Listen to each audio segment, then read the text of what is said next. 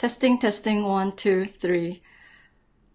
I really apologize for the technical issues on my microphone just now. I think somehow it's not registering. Can y'all hear me again? So I'm so sorry for that. So sorry for that. I think there was some interruption just now, and there is some problem with my microphone, and it somehow cannot be hooked on. I do apologize for that.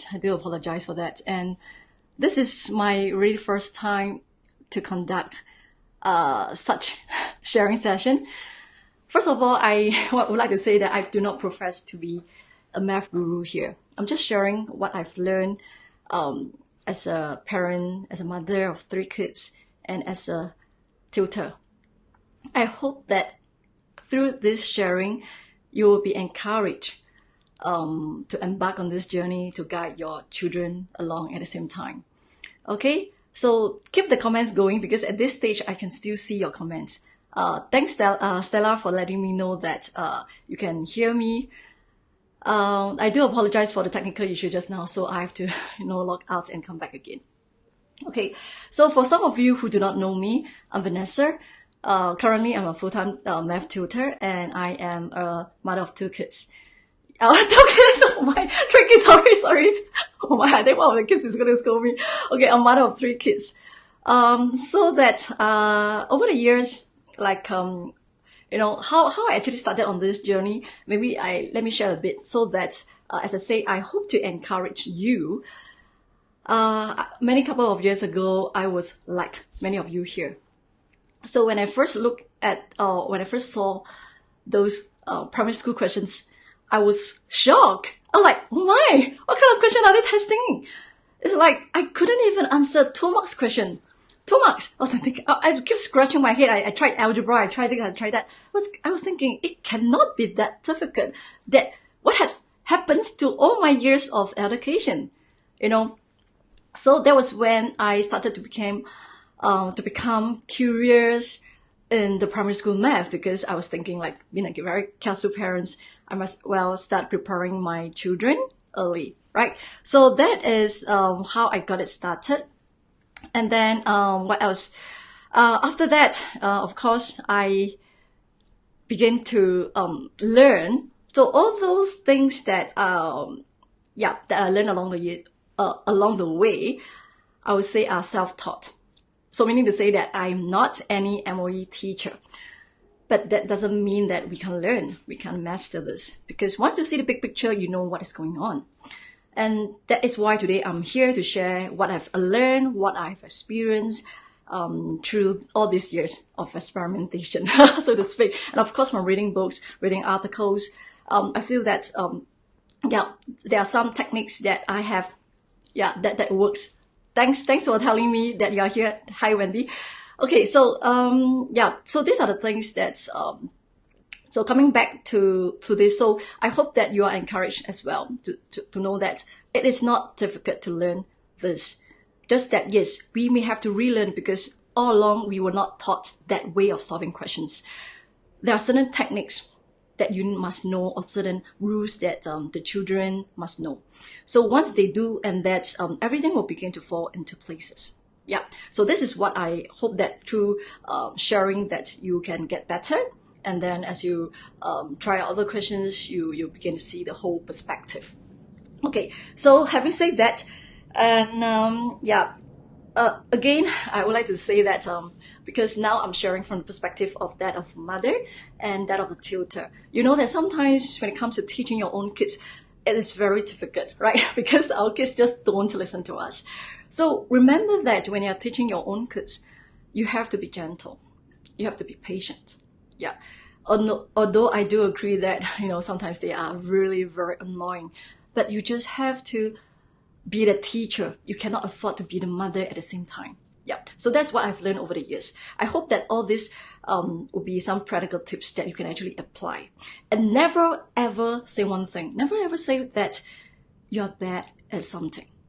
You know why? Because the kids are very smart. They will know how to use it against you. Okay, they will say that, oh, since mommy is not good in science or in math, it's all right that I don't do well. Okay, that has been proven to be quite true, and it becomes a self-fulfilling prophecy. That is why I hope that through this sharing, you can have more confidence in yourself as how to handle the primary school questions. Okay, is that there are certain techniques to go about doing it. Yeah, this is what you have learned in algebra, but we just twist it a bit with some model, and it's not that difficult to really learn that. And at the same time, as you're watching me, I hope that if, let's say, any point in time you feel that what I've shared resonate with you and you feel that it's beneficial, please give me a like, a love, or whatever it is, so that I know that, or if you feel that what I'm saying is rubbish, you can also indicate that, because so that I know that this is not something that right the people who disagree. So let me know that.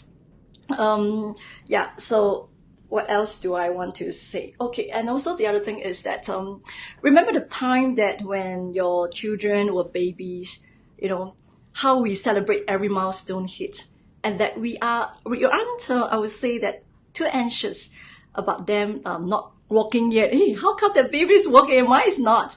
That kind of thing. So I know that when exams are coming, when PSLE is nearing, you may feel the heat.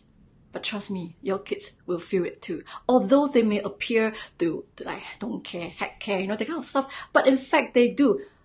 Let's ask ourselves, who doesn't want to score well? But the thing is, if every time they try their best and yet their best is still failing, how do they feel? I might as well, I'd say, I don't care anymore. Because when I don't care, it's not going to hurt me anymore. So this is what I've seen in a lot of students. It's not that they don't care, but they have given up hope on themselves. So that's why I hope that we as parents, we can continue to be cheerleaders. Remember the time that your babies were trying to walk? Wow, I still remember, because I posted the videos on Facebook, and sometimes, Facebook send us the memories. And I was watching the moments when my boy walked towards me. That was when I realized that, our children will use us as the reference, as a reference to to come towards us, that we know that we are there to protect them, that we are their destination. Can I say that? So this is where I think some people are angry with that. Okay, pardon me for that. Please let me know which are the things that you don't quite agree, so that I know how to reconcile with that, and which are the parts that you do not quite agree. But because I'm sharing from my experiences, I do not expect everyone to agree with me. All right. So just let me know that which part you feel that it's not right, and how can we improve?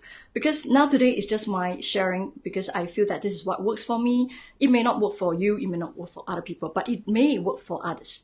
All right. So can we say that? So this is what the general sharing is, and I feel that we have to continue to cheer our kids on.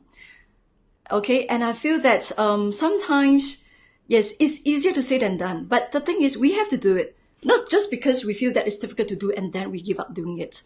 Yeah, I do agree. I am also a mother. I also am very stressful when my kids are not doing well. But the thing is, which one is easier to do? You let them go on with that, or you want them to at least maximize, develop their potential? Yes, we have different potentials. Not all of us can be geniuses, scholars, but at least give them the opportunity, the environment to nurture themselves and to develop to their best, right? So now, I will say that. So these are some of the practical tips I think I could offer. Yes, you may say that it's easier to say than do, but let's try to do it. Because if we have not even tried it, then how do we know that we can't do that? You understand? So now, and then the other thing is that when we ask questions, right, because to me, I feel that it's not just regurgitations of a solution. That means you just tell them, don't just throw them the solution. Now, this is the solution, just go and do it. No, but in this part, I hope that we will ask leading questions to so-called to guide their train of thought. And when we ask, try not to use the word why. Okay, because the word why will always put people into a very defensive mode. Why did you do that? Oh my, that's it. it's gone. Because the kids will think, huh? I tried and yet you are like accusing me for doing something.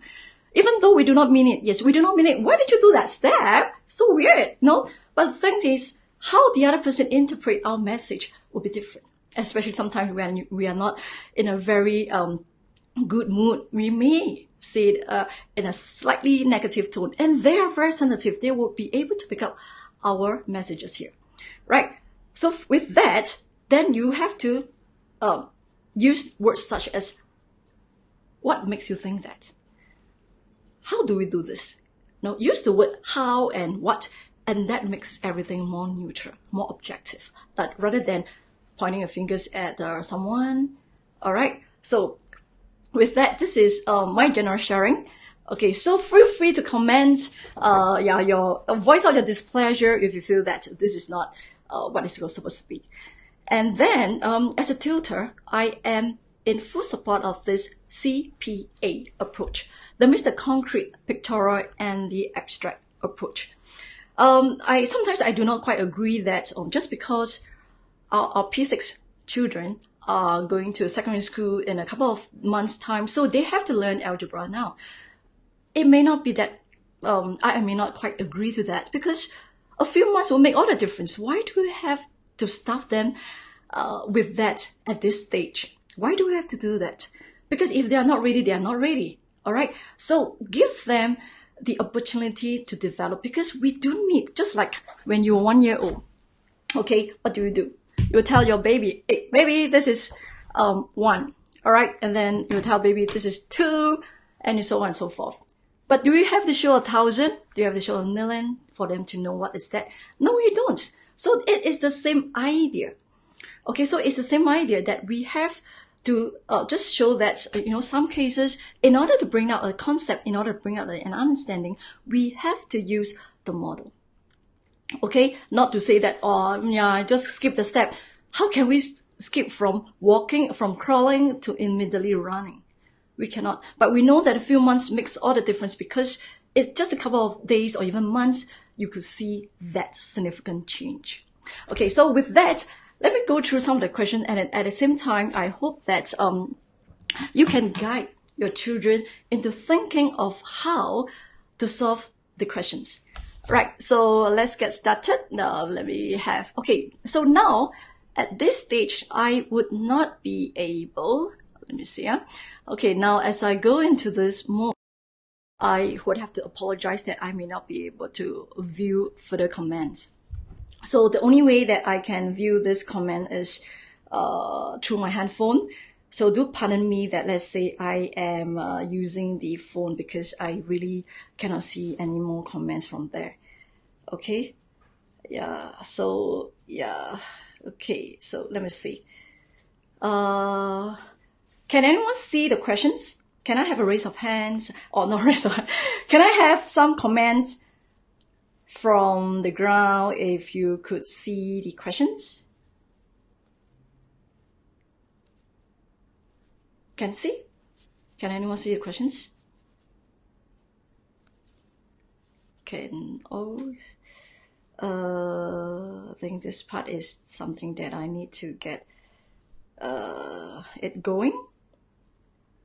So can I say that you can see my comments? Oh, sorry. Can I see that you can see my questions? Yeah, I feel that, yeah. So now, yeah, okay. Thanks for all the feedback. The only way I can see the comments is through my phone. So if there's any pressing need, I will try to look at the phone. Yes, thank you. Thanks for all the comments here. Okay, so now I see that this question has been posted on in a lot of groups. Okay, and I do apologize if I'm not able to pronounce the words of those boys correctly. I sincerely apologize for that. Okay, so let's take a look at this question that is taken from Red Sotica School P5 2018 SA1 paper 2 question 17. All right, so this question is Fies, Gabriel, and Hamil had some cards. Fies had 24 more cards than Gabriel. After Fies gave Gabriel 5/6 of his cards, and Hamil gave Gabriel 2/5 of his cards. Gabriel had 109 cards and Hamil had 18 cards. So how many cards did Hamil give to Gabriel? So express the number of cards Faiz had at first as a fraction of the total number of the cards the three boys had, and give your answer in the simplest form. Wow, this is so lengthy, man. Okay, so in this, I would advise to start off with model. Okay, and let's take a look at the what is the question is the question about, and then later we proceed to answer the question, because the answering part is, I think we just need to find out how many cards did Hamil give to Gabriel, and then that is a 1-mark question followed by part B.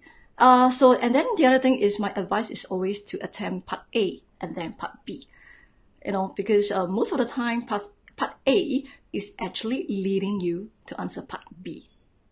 Okay, so with that, let's move on. Let's close up this thing so that I have more space to write here.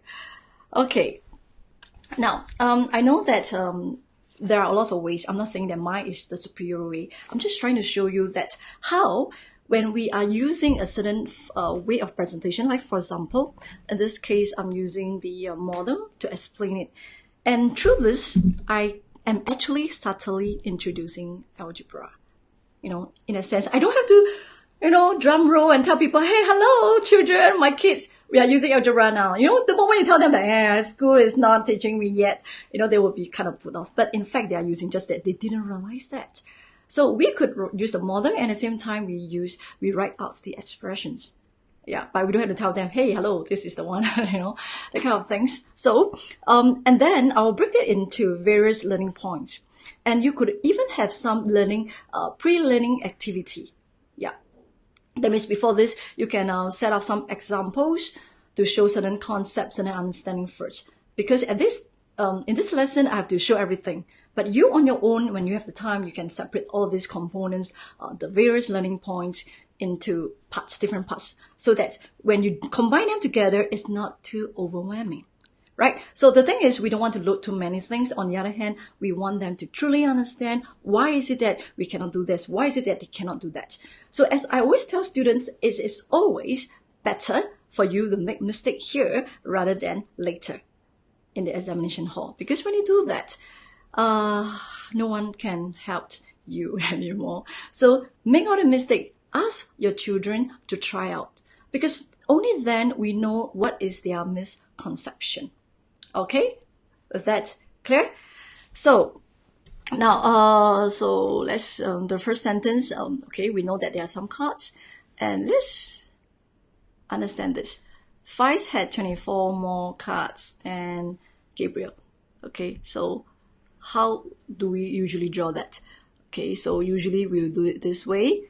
So if this is oh my, shaky now.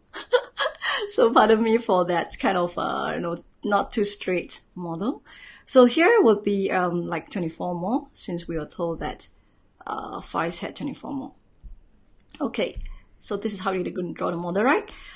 And then let's continue to explore the second sentence. Okay, so if this is how they're going to draw out, all right, then as I say, sometimes just let them try out. And then we find that certain ways, certain presentation can be strengthened. We tell them, how do we go about strengthening it? Okay, at this stage, we will ask, okay, after Faiz gave Gabriel 5 out of 6 of his cards, then the next question is, how many units would I want to allocate for Faiz? Then students, they're very pro in that. They will say, okay, then looking at the denominator, 6 units will represent what Faiz had at first, and out of the 6 parts, he gave 5 parts to Gabriel, right? So student may draw in this way. Okay, so I will draw it down here, so that not to so-called mess up with my earlier model. So they will draw it somewhere like that. Okay, so this is Faiz, and this is Gabriel. So how am I going to draw Gabriel? So Gabriel will be like 24 away. So now, when students draw like that, I wouldn't really advise, because we are doing it with the negative. yeah, doing something that I have to minus. So sometimes when you do that, you may it's more difficult to comprehend, to visualize it, because it is not some complete unit. I have to associate it with 6 units, and then I take away the 24. Where does it end? You see? So if your child is stuck at that, then you ask if there is a better way to represent that part, that difference here. Okay? So, because here, I cannot just, split this. And how do I call this one lump sum here? Or one lump block? I will have to say that is 6 units less 24. Wow. The less part is always getting students into trouble. Okay, because it's something that you cannot feel it, you may make mistake. Because at this stage, I would say that they are not that good at manipulating with the equation. Okay, not yet, definitely. So what is an alternative? Do I have an alternative? Yes, because going by that, we know that we have to create a multiple of 6 here. Okay, so if that's the case, so why not we do it this way? Since we know the difference here is 24. Okay, this is 24 here. So if I call variable 6 units, then this part can be represented with 6 units as well. So you see that now with that, I would have some tangible units to represent for Gabriel. And that makes more sense. Because if something that is tangible, you can feel it, a student can see it, I would say that it will be easier to manipulate. Right? Agree? I don't know. So, any questions? Anyone? Clear so far? Am I going too fast? Am I going too slow? Am I not doing it correctly? Anyone have any, or give me any comments? Nothing? So nothing, I assume that everyone is following me. Okay? So, yeah, forgot to indicate that this is actually what is the before. Okay? So as what I said before. Then, ask them, in order to give 5 out of 6 of his cards, how many units must I cut? A lot of students always make some common mistake. They would just do away here. They say, okay, 5 out of 6 is 5 units. So 5 units given to Gabriel. But they forgot. Every time they forgot about this 24. So that is where you may want to start off with some, like what I said just now, pre-activity. It is always better to let them discover something than we say it out for them. Teach them to discover things themselves, so that when they discover it, they will always remember it. Because this is my own discovery. No one can take away from me. So you see the importance of some practices and some games. You can even, just before you go through this kind of question, you can ask, okay, and try to give small numbers that they can process immediately with the brain. Sometimes our brain very too active. We want to process every information, every answer, but sometimes we just can't because you have to use a calculator.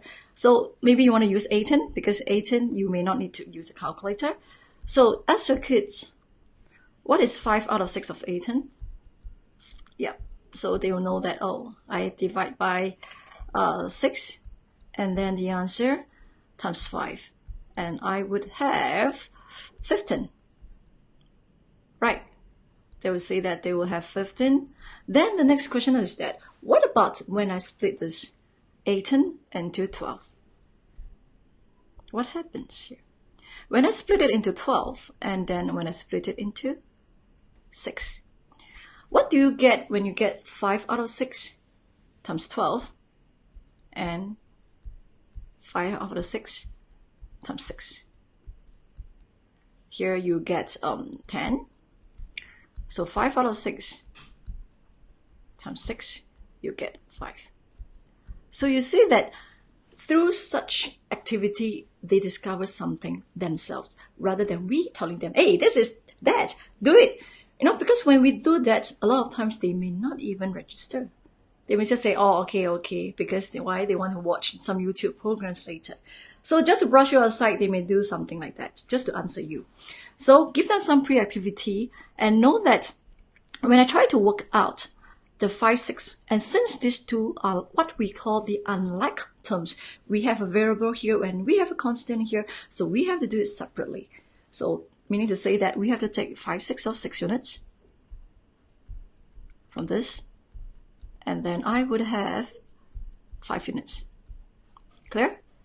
And I would have to take the same 5 minus 6 of 24, and I would have 20. So with that, okay, I'm going to show you that how we're going to add up the change here.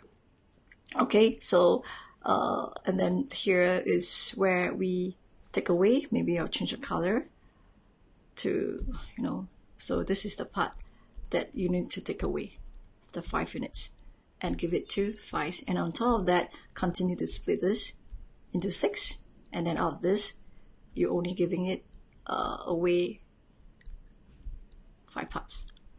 Okay, so you could have added the change here. Let me go back to this. So as in expressions here, I'm going to continue to add the 5 units. Okay, maybe to 5 units.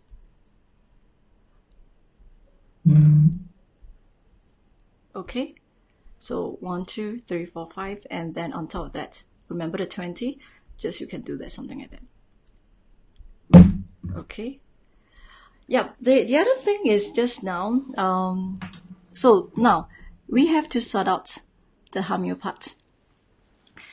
The Hamil, I don't know how to pronounce it. If someone can tell me how to pronounce it. Gave Gabriel 2/5 of his cards. You may want to ask, how are you going to draw this 5 parts representing Gabriel? And as I always say, it's okay for them to make mistake here. Don't be too quick to correct them. You know, because some students may just conveniently draw it this way. They may just say that, okay, since 5, so I'm going to draw it 5 here for Hamil.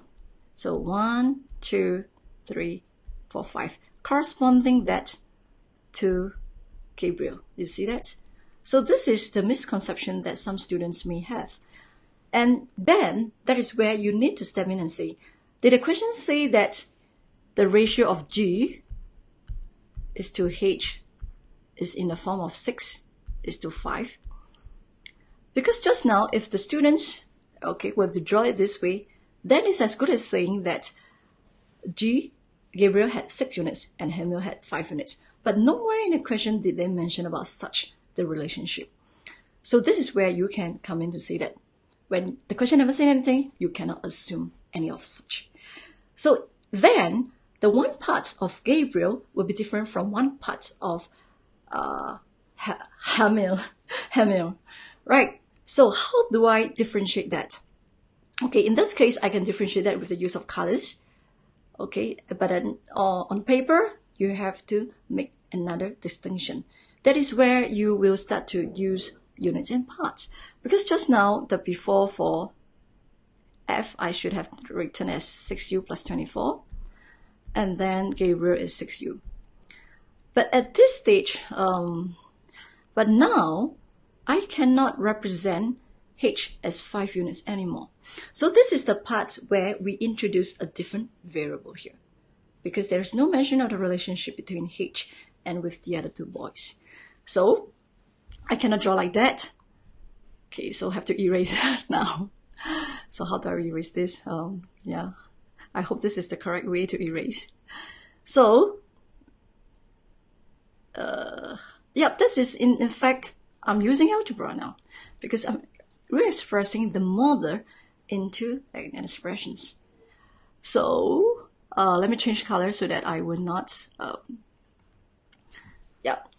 Okay, so I will draw it somewhere smaller. At this stage, I don't even know. But looking at the numbers, it seems like Hamil may have less. Okay, but we do not want to make assumption like that. We only want to draw the distinction. We just want to show the differentiation. So that is why we introduce the parts. Right, so that's where we introduce the parts here. So nothing special about that, but they must know that Because if they were to represent one part of Gabriel to be the same as one part of Hanya, they are making an assumption, a misconception. And that is where I said, using a model, we can counteract them. Because nowhere in the question did it say that G is to H is in a ratio of 6:5. Okay, so continue to work out the changes. So we are told that 2 parts out of 5 was given to Gabriel. Okay, so out of those 2 parts, it's given away. So continue to add on to 2 parts here. Oops, I probably should change another color. The same as that. But what kind of green is that? Is this green? Okay. Yep. Right. So this is how I'm going to express this. So now we have information on Gabriel and we have information on Hanya. So ask your kids, whose parts or units can we find first? And then now you see that the model will provide a very clear idea that we can start off with finding the parts. Right, because here, this is where I have all the same variable here. You see, all these are in parts. But in Gabriel case, I have units, the blue one, and then I have the green block. So these two are different value, and I just cannot put them as together as groups of what? 11 plus 2, 13. I cannot call that 13 groups. So I have to start working with that. So you see that the model will provide a very clear pictorial, and at the same time teaches you what is fundamentally why we are using units and parts. So here, continue to solve this. That means 3 parts will be 18. So 1 part is 6. Right, so 18 divided by 6, 3 here is, is 6. Okay, maybe I would do away with all this, yeah, so that I can write faster. And now we know that how many was given to Gabriel. So 2 parts. So 2 parts is 12. And then if I know the value here, I can solve the questions easily now. Because all this add up to be 20 plus 12, 32. So how many parts here? 1, 2, 3, 4, 5, 6, 7, 8, 9, 10, 11. So 11 units would now represent the difference of 109 and 20. Oh my, what am I writing? And 20 and 12. And oh my, it's not. Okay, so the answer is 77.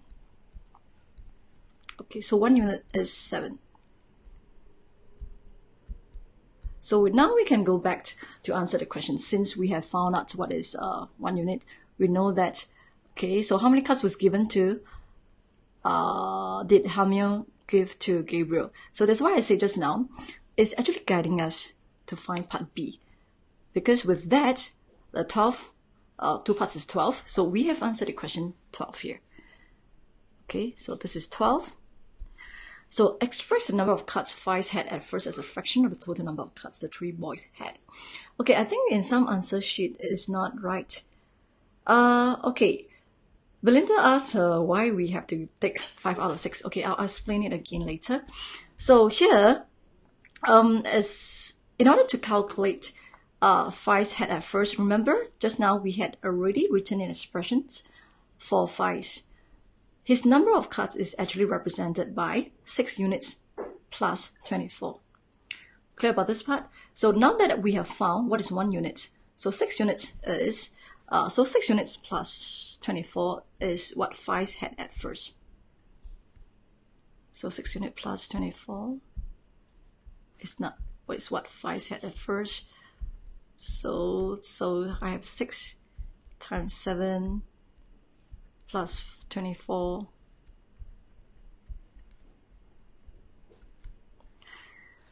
Okay, I think this is working.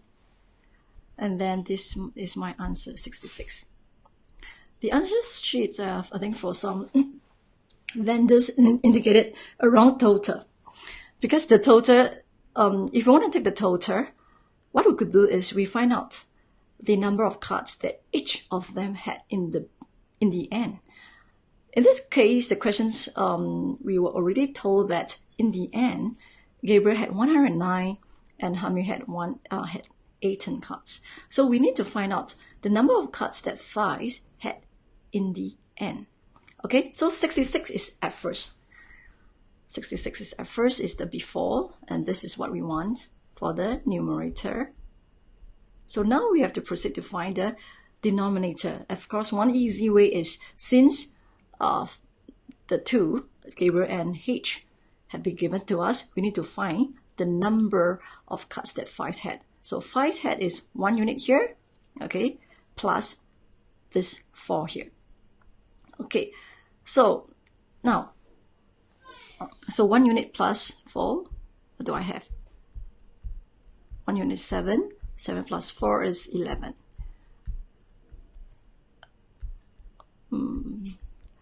So we could say that now the total number of cards is 11 from Faiz, 109 from Gabriel, and 18. Thanks. 18 from Hamil. So in total is 138. So as a fraction, so express the number of cards Faiz had as a fraction. So he had 66, and my base, okay, as a fraction of the total number of cards is 138. So reduced to the simplest form, it will be 11 out of 23. Okay. Now, coming back to Belinda questions, you asked about why did we want to change, why did we take 5 out of 6 of 24? Okay, the reason being that, okay, we know that this is the part for Faiz, right? Okay, I have 6 units here, and I have 24 here. Oh my, it's not showing. Okay, so 1, 2, 3, 4, 5, 6. Oh, sorry. All right, here is 24. Okay, by right, yes, we need to take this whole thing, okay, cut them into 6 parts. 6 parts here. Okay, by right, we're supposed to do that. But because, as I say, that if I were to do this, okay, if I were to do this, then I would I would have to express Gabriel's number of cards in terms of some negative numbers. That means I would say that it's 6 units less 24. But in order for me to give some tangible units, that means some units that you can feel, you can touch, a complete unit to Gabriel. So I have to say that Gabriel is 6 units, then Faiz would have 6 units plus 24. Okay, and then remember that I have done the pre-activity is that, now let's understand this. If this whole thing, this block here is 18, 5 out of 6 of 18 is 15, right? We take 5 out of 6 times 18. But let's say if we were to split this one big block into 2 smaller portions, one having 12 and the other having 6. You see that when I take 5 6 of 12, I get 10. When I take 5 6 of 6, I'll get 5. 10 plus 5 give me the same answer as 15, which is 5 out of 6 of 18. So you play a few times with your children so that they understand this concept as well. Okay. Any more questions? Or Belinda, in this case, do you understand why is it that we have to cut the 24 into 6 parts as well? Because of the fact that I want to give some complete units to Gabriel. So I want to give a complete 6 units to Gabriel, so that when I say that it's 6 units, it's something that you could feel it. Yeah. So it's easier to manipulate. Okay. So is Belinda still watching? Okay. So now, any questions? Yeah. occasionally I will look at my phone to look at the messages coming and see. Yep. Okay, very good. Thanks, Belinda. Thanks for the comments so that I know that I can proceed. So now let's proceed to the next question here. So, and then the other thing that we could actually do to strengthen every understanding of a concept is try to group similar questions together, right? And of course, the same thing is to ask questions, not just to throw solutions to them, even though they are similar. So how can we make this, how can we use every opportunity or every questions, similar questions to strengthen their understanding? So now today, I'm going to use two similar questions. And on top of that, I also want to say that math is not about numbers entirely. It's also about seeing the understanding with how it relates to the whole world. Yeah, that means life applications. Yeah, so now, Margot, I did not get 64. There isn't 64. All right, shall we go to the next question? So if there's anything, I will continue to address after this question. All right, so let's move on to the next one. And this kind of questions, we all know, let's take a look at this. That is taken from Singapore Chinese Girls School, 2018 Essay 1, Paper 2, Question 17. Okay, so there are some 20-cent and 50-cent coins in a box. For every 3 20-cent coins, there will be 2 50-cent coins. So the value of 50-cent coins is $38 more than the value of 20-cent coins. So find the total number of coins. Okay, so again, the same thing here. Yes, of course, you can use so-called expressions and just to go about doing this. But at this stage, I may want to use grouping. Yeah. So ask, what does it mean to have 3? Okay, let's highlight this. Okay, because we know that there are 2 types of coins in the denominations of 20-cent and 50-cent. And then for every 3 20-cent coins, there will be 2 50-cent coins. Okay, how would you draw it out? You know, and because here I want to illustrate the point that you do not need to really everything have to draw model. Yeah, pictorial doesn't mean everything have to be modeled, because sometimes we may just like scribbles like something like, okay, so what does it mean that for every 3 20-cent coins there will be 2 50-cent coins? Ask your child to draw that out. Okay, it's all right, because yeah, your child may be happily drawing like that. Okay, so if there are 3 20-cent coins, okay, so I think I'm going too fast here. 20-cent, something like that. And then there will be 2 50-cent coins. And there is nothing wrong with that. I would say that this representation is perfect as well, because we know that this is what the question is, and that is tests our understanding. Their understanding. You ask, is the question saying that there are only 3 20-cent coins and only 2 50-cent coins? So they would know how to answer you. No, obviously, because what happens here? What happens to the value, the difference in the value between the 50-cent and the 20-cent? So this is how we begin to define what is the maker of one set. Okay, yeah, this is term. Okay, so what is the maker of one set here? So the maker of one set here is that there are many sets, but I know that this is how the one set looks like. Okay, so my purpose is to find out how many coins are there. If my purpose is to find out how many coins there are, then I need to find out how many sets there would be. Okay, so this becomes my question mark. And then sometimes students make careless mistake. They will just take $38 as the combined value of the 50-cent and the 20-cent. You know, sometimes I don't know how they read. They'll just omit important words and just, see that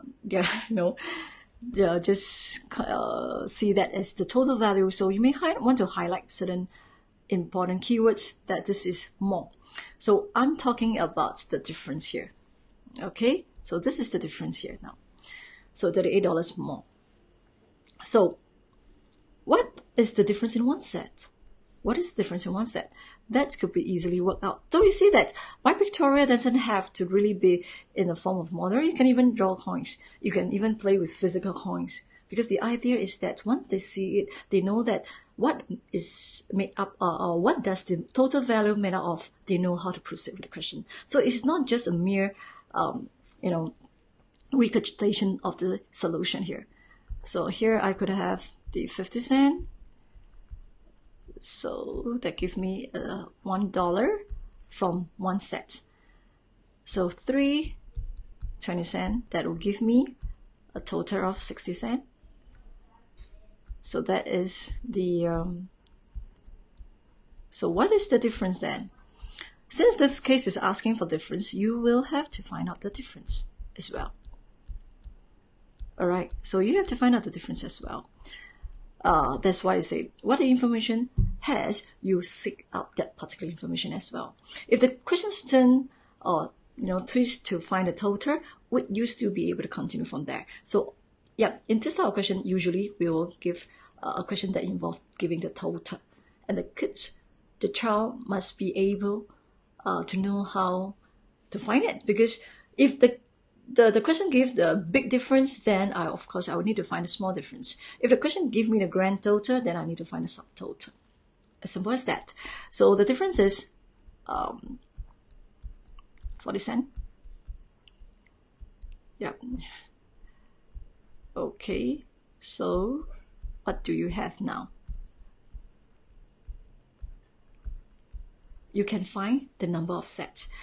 So at this stage, I also want students to indicate what they have found. Because a lot of times, they may think that they have found the correct answer, but this is not. It is, in fact, this is the 95 actually represent the number of sets that there are. But have we answered the question yet? Because the question is asking for the total number of coins. So how many coins are there in one set? So you can see that physically is 1, 2, 3, 4, 5. So you take 95 times 5 and you get the answer, I think is 475. Am I right to say that? So any questions for this? So you see that here, as I said, try to combine similar questions together so that your child would have a better understanding of that particular concept being introduced. Now, 475, is it 95 times 5? Is it 475? Am I not right? 75 times 5. Yeah.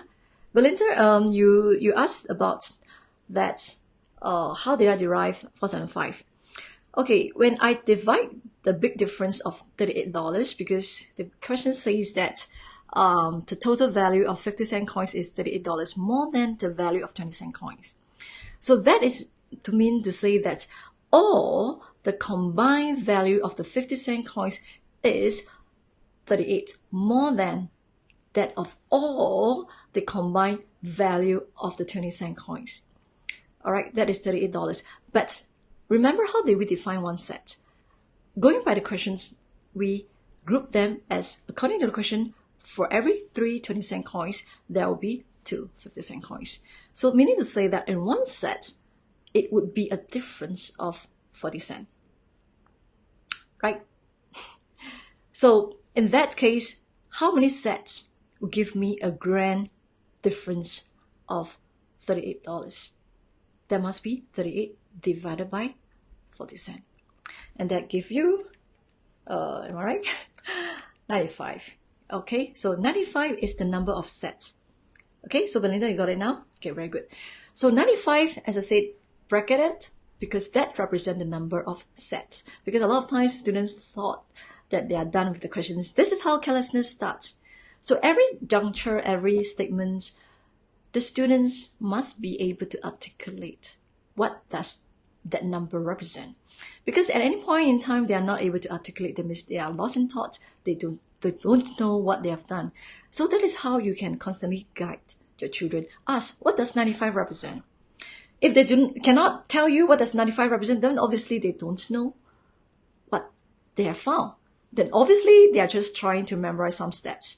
So this is how you can actually check, and that is how you can actually check for carelessness as well. Right? Does it make sense? So a lot of people ask, how do we check for carelessness? That means how, that is when you cultivate a habit, or the students cultivate that particular habit of narrating every number sentence. Indicate with a bracket, what does 95 represent? It represents the number of sets. And what does the 475 represent? It is your answer to the question. That is the total number of coins. And if the question asks me for how many 20-cent coins, can I answer as well? Yes, 95 times 2. Can I scroll down? Scroll down to where? To which one? Which one you want to scroll down? Okay, Belinda asked if I could scroll down. So which part of the statement that you want me to scroll down to? So Belinda, can you see it? Yeah, thanks. Can you see everything, Belinda? Like to the last step. Can you see the last step? I think it's last step is this. Because from there, I can work out what is the number of sets. And I believe that you have found the number of sets, right? Because 95 represent the number of sets. The question is asking for what is the total number of coins. That means, how did we define one set just now? Okay, if you still remember, that is our very definition according to the question. That for every 3 20-cent coins, there will be 2 50-cent coins. Meaning to say that there are 1, 2, 3, 4, 5 coins in a set. Okay, so that is how you can solve the question. All right. So Belinda is, are you still clear with that? Ken? Okay, good. So now we shall move on to one more question.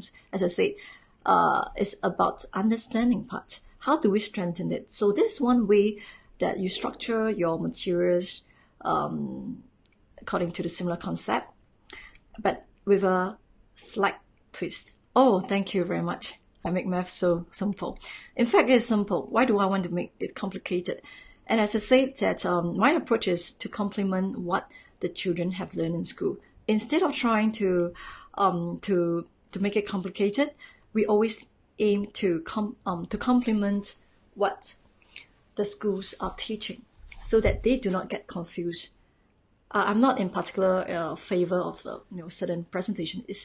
They are just presentation. You can use a table, you can use a model, but the idea is all the same. To consolidate our information, to reorganize them, so that it can turn out meaningful information. That is all what we want. Because the questions would come in and make it so complicated, pieces of information everywhere. So part of the job, part of the solution is actually just to consolidate them, right? Nothing magical about this. So now this question is with a slight twist. There are 50-cent and $1 coins in a bag. There are 16 more 50-cent coins than $1 coins. The value of all the $1 coins is $2 more than the value of all the 50-cent coins. So how many $1 coins are there in the bag? Okay, so this question has a slight twist to it. So instead of telling you the proportion, I'm telling you the difference in the number of 50-cent coins and the $1 coins. And sometimes this kind of questions, students get confused with assumption. They may think that this is a guess and check question when in fact it's not. So I will see how I can actually maybe have another session if there's interest in this. How to identify which is an assumption and which is not. Okay, so in this case, you see that it's different from just now the question where I could do grouping. You still remember? So how am I going to do grouping now? And at this stage, if you really want to, then okay, I would say that let's draw a model for this. Okay, let's draw a model for this. And besides teaching the student how to solve the question, we are actually introducing some important life applications. We're telling students like, student, if you don't study well, you will not do well in your exam. So there are always consequences for your actions. So in this case, I'm going to talk about the cause and the effect, the consequence of your action. And with that, I hope that the student will remember it better and apply it to their own life. All right. So let's go through this one. Okay, there are 50 cent and $1 coins in $1 coins in the back. There are 16 more. Okay, so when you draw model at this stage, probably I do not want to make it too complicated. Maybe I would just draw a one-dimensional type. So number of coins here. Okay, and again, this is just one of my ways of doing the questions. There are many other ways. So here, 50 cent coins, we were told that there were more. All right, there were more. So I draw it slightly longer here, and that's how many more? We were told that is 16. So draw shorter here, and something like that. Am I right to say that? So here would be, oh my, 16. Okay, and then in terms of the value of coins, okay, we have another mention is that the value of the $1 coins is $2 more than the value of all the 50 cent coins. So again, in terms of the 50 cent, okay, in this case right now, the 50 cent has less.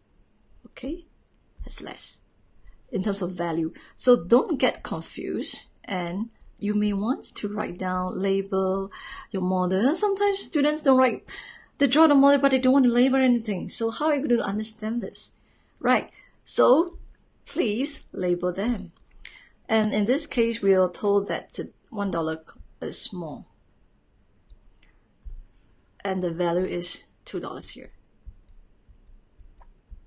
Okay, so ask your child now, how do I do grouping like what we did just now? How can I group them now? So of course, since that I have a difference, I just remove that. When I remove that, now what could I do? I can group them equally. Can I say that? So I can group them equally. Meaning to say that if there is an equal number of 50 cent and 20 cent coins, I would say that, oh, sorry, and a $1 coin, okay, I can group them equally as one set. Okay, as one set here.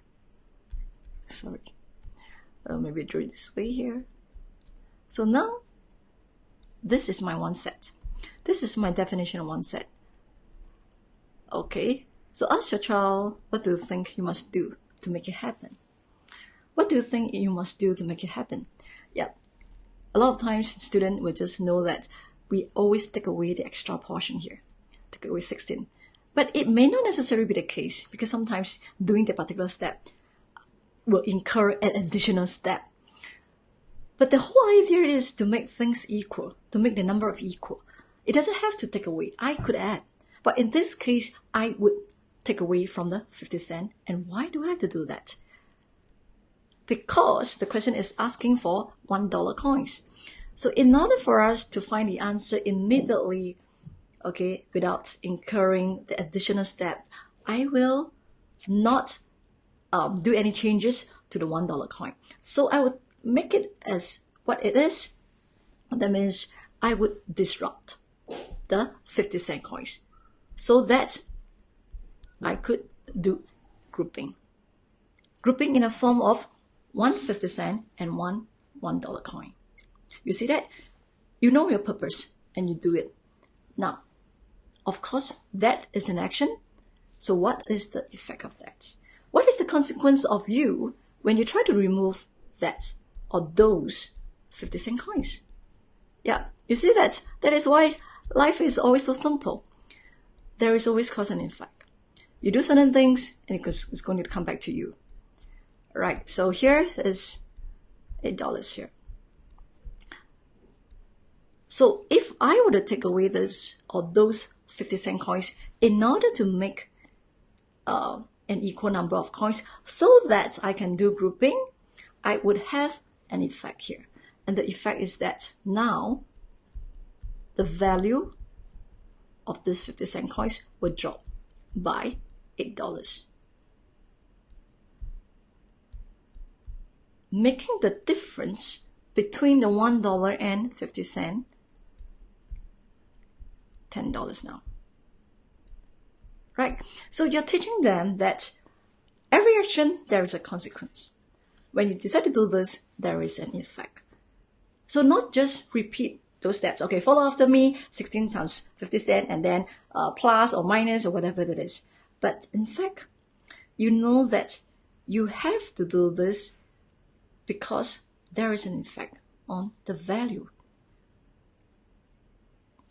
See? So that is how I always try to relate math, solving math to real life situation. Just for example, if you don't want to practice, you may not be able to do well for your examinations. So there's an effect there. So now the difference becomes $8 plus the $2. All right, so it's and what is the difference in one set? $1 minus 50 cents. I would have 50 cents. And that's, what is the next thing I need to find out? You ask your kids, what's the next thing I need to find out? I know that now, after the removal of those 50-cent coins, I can do grouping. And that's now the difference because of those remover of the 50-cent coins, I have an even greater difference of $10. So now, with that, I will be able to find out the number of sets that give me the $10. Because one set give me 50 cents. So, sorry for my messy handwriting, 20 sets, okay, will give me, I would be able to find 20 sets. What is the question asking for? The question is asking for how many $1 coins are there. So, $1 coin is only one. So even if students forget the last step and they indicate 20 as the answer, they still get the answer, right? Because the last step is pretty obvious. So that's the reason why from the very beginning, I choose not to disrupt the number of $1 coins. Because when we do that, then I would have additional step. You see? So there are times that the question could be asking for 50 cents. So teach your children that instead of taking it away, I could add 16 more $1 coins so that I am not disrupting the number of 50-cent coins which I'm supposed to find out. So there is no one fixed way to solve things. Okay, it's not every time I have to take away the excess. There are times that I could actually, top out for the shortage. So that is how you can coach your children to really think through for every question instead of just regurgitation of the solution. Because math is not about that, and it's never my belief to really just to throw out the solution just like that. But in fact, use the learning process to deepen your thinking, your thoughts. Okay, so now any questions I've come to the end of my presentation. So any questions? Just now Marco asked me about question 1. Am I right? Other than that, any more questions from the rest? Yeah, please give me like or love. I see that a lot of people like not pretty angry with that. I would like to find out more. Why are you angry about? What are the things that I've done which is not quite right?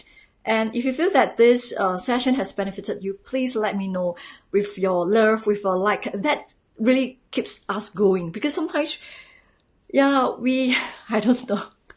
I just feel that, to build a greater community, we all, let's be generous with our compliments. If you feel that this is benefiting you, if if what I'm talking is making sense to you, give me the likes, give me the love. And if what I've said is annoying you, tell me too, because you don't just give me one angry sign. And how do I know that? Why are you angry with me? You understand? Yeah, just spam it. Oh, I see that people are really spamming. Thanks a lot for that. Because all these questions have to think about that. How do I explain it such that you are able to relate to your children? So I hope that this session is beneficial. I really appreciate all the friends who are here supporting. Thanks for your love. Thanks for your like. Yeah, and please let me know which part have I fallen short of your expectations. Yeah, let me know. Okay, so Marco, can I come back to your question? So if others have no questions, you may leave, and I can explain to Marco. Yeah, okay. So yeah, where is the about the 68? Is it? Marco asked me about the 68 just now. Can I say that? So what about the 68 that you like to know? How do I explain to the kid that? Oh, you just need to find the difference, because in the question, Lynn, because in the question, is asking the information that was given to us was the difference. Okay, because of the difference, then we have to find out what is the difference in one set. Yeah, so that's the reason why we have to do that. Yeah. Okay, so Lynn, have I answered your questions? You are saying that why is it that how to explain the $1 minus the 50 cents? Because now the grouping is such that for every $1 there will be 1 50 cent. So the difference is 50 cents in one set. Okay, the difference is 50 cents in one set. Okay, yeah, Margot is still asking the 24 thing that I mentioned just now. Okay, what is it about 24, 64, sorry. Did I write anything about 64?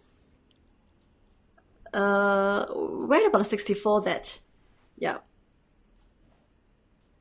Margot, sorry. You mentioned about the 64. Where did I mention about the 64? What about a 64? Did I mention anything about a 64? Yeah. Okay, never mind. I think in that case, I will have a private chat with Marco to understand where she's coming from. To the rest, any more questions for me?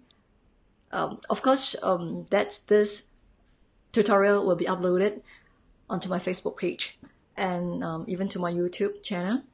So any questions, you can still comment on that. Okay, okay, Sharon, I think for some of you who started later, you may want to watch the recorded session, because yeah, that is where we start from the very beginning. Because if you come in the second part, you may not understand what I've gone through or what I've just taught. Okay, when do I go live? Okay, I'll let you know again, and thanks for that feedback. 6U and not 64. Oh, okay. Yeah, that is 6U. So sorry for that. I do apologize if my handwriting is a bit messy. I will try to improve on this stylus handwriting, because I'm still trying to get used to that. Do this presentation. Okay? Yeah, it's 6U. It's 6 units. So I will let yeah, I'll notify again. So yeah. Okay, so any more questions? So maybe what you could do is watch the presentation again, and any point in time you have any more doubts, you can still let me know in the comments or private message me anything you want. I will try to answer from there. My only apologies is that I will still need to improve on the yeah, my handwriting. Yeah, thanks for all your thanks as well. I really appreciate them. Yeah, thanks a lot. Thanks a lot for all. Yeah, thanks Emily. Thanks Sharon. Thanks Lynn. Okay, so any more questions? If not, I'm going to end the session. But do feel free to continue commenting on that. Okay, any more? Yeah.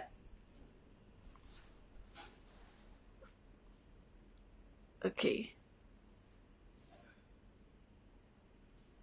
Thanks, Melissa. Thanks, Belinda. Thanks, Rashida. Thanks. Okay. Yeah. Thank you. So, okay. Yes. Okay. Good. Yeah. I hope that all this sharing is beneficial. So do let me know. And yeah. Thanks, everyone. Have a great night. Have a great day. And good night. Okay. Goodbye.